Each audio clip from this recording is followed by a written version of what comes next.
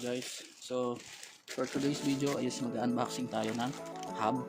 So nabili ko siya sa AliExpress. So by the way, big shoutout nga pala kay Gian Tamayo MTB.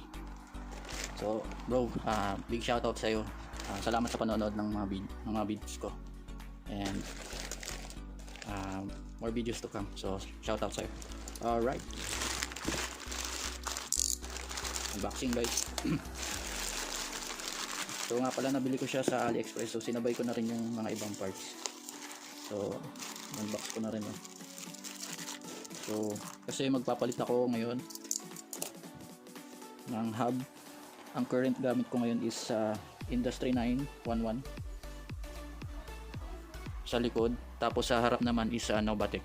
So yung Industry 9 okay naman siya. Hindi ako binigyan ng sakit ng ulo. Yung Novatec lang talaga. Ang hirap niyang kalasin. Hindi siya mechanic friendly. So yung pala yung CTTO na rim tape. Alright, pang tubeless. Okay, and then this one is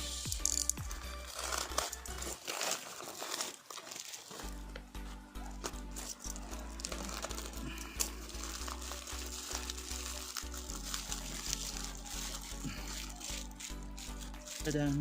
Oh, orangas. Ganda ng kulay. So magpapalit din pala ako ng spokes. Ay, spokes nipple. Tama ba? Yeah. So 14 pala to, 14 grams. Ayan. Okay naman. Ganda ng kulay. Alright. So ito na nga guys, ang pinakahihintay. Wala pa ako nakita nito sa YouTube guys. So ito yung una sa first na i-unboxing ko, no. Ito yung NGEBUT na hub. Presyo ng Industry 9 na hydra.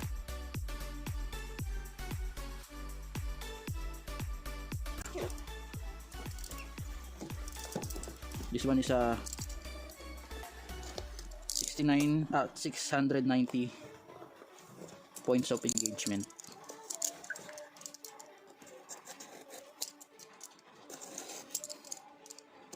Build like a Industry 9 hydra.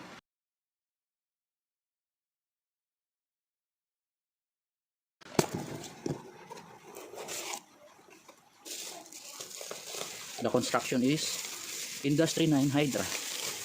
There you go guys. Wow, solid. Yeah, same as Industry 9 hydra hub.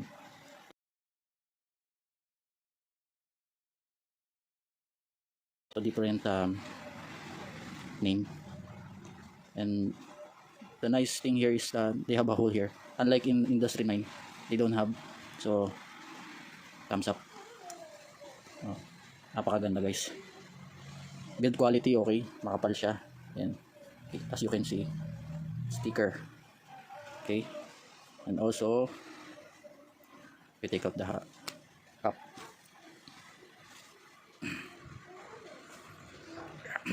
Okay na ta.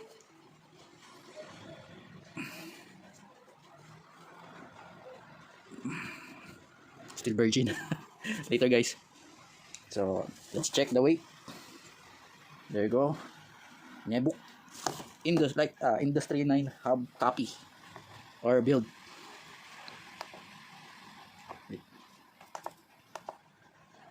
There. So this one is grams. So the weight is 167 grams. Alright, so that's the front hub. Solid guys. Nice hub. It's very thick. Alright, and the last but not the least, the wear. Alright, NGEBUT.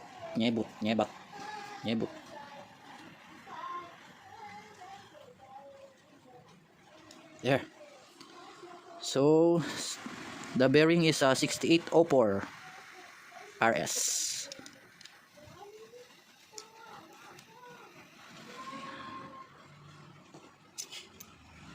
Very easy to take out, guys. 6804 in the brakes, rotor disc brake side, yeah. 6804 in the pre-hub is 20 degrees. Wait, take out the grease.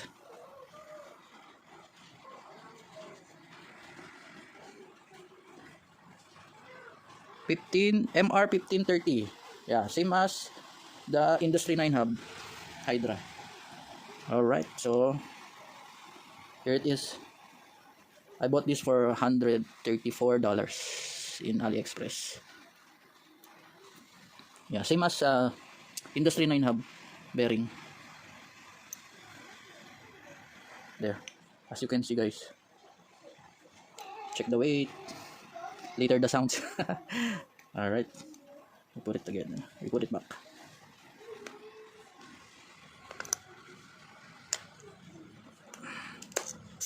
Woo! Holy cow. Alright, rear hub weight 292 grams. Alright, so XD, my current cassette is XD. Check the sounds, guys. This one have a grease.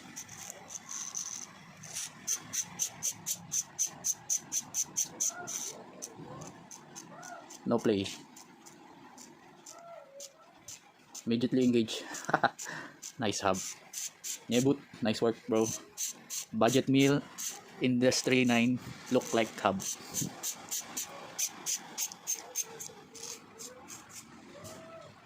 Ah.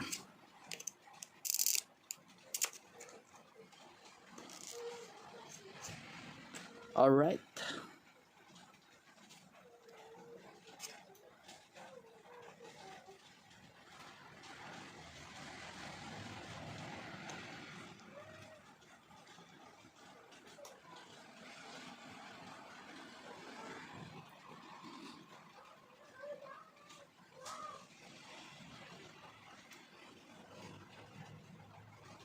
This is the seal.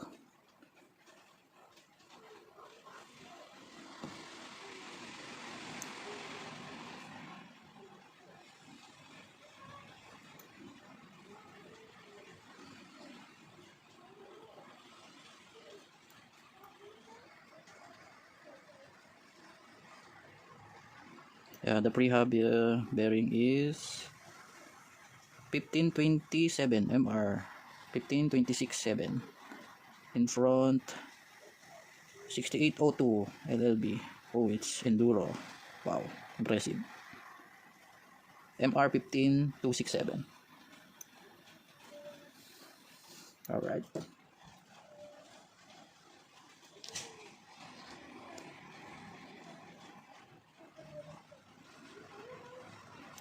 Budget meal, Industry 9 hub.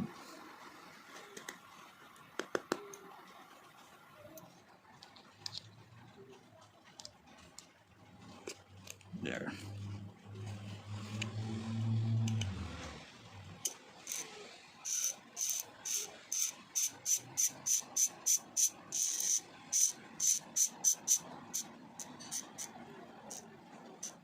By the way, guys, this one is not in sponsor.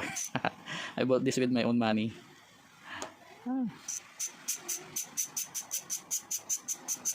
This one it just came from AliExpress. This one is new from the market. There. Can you hear the sound?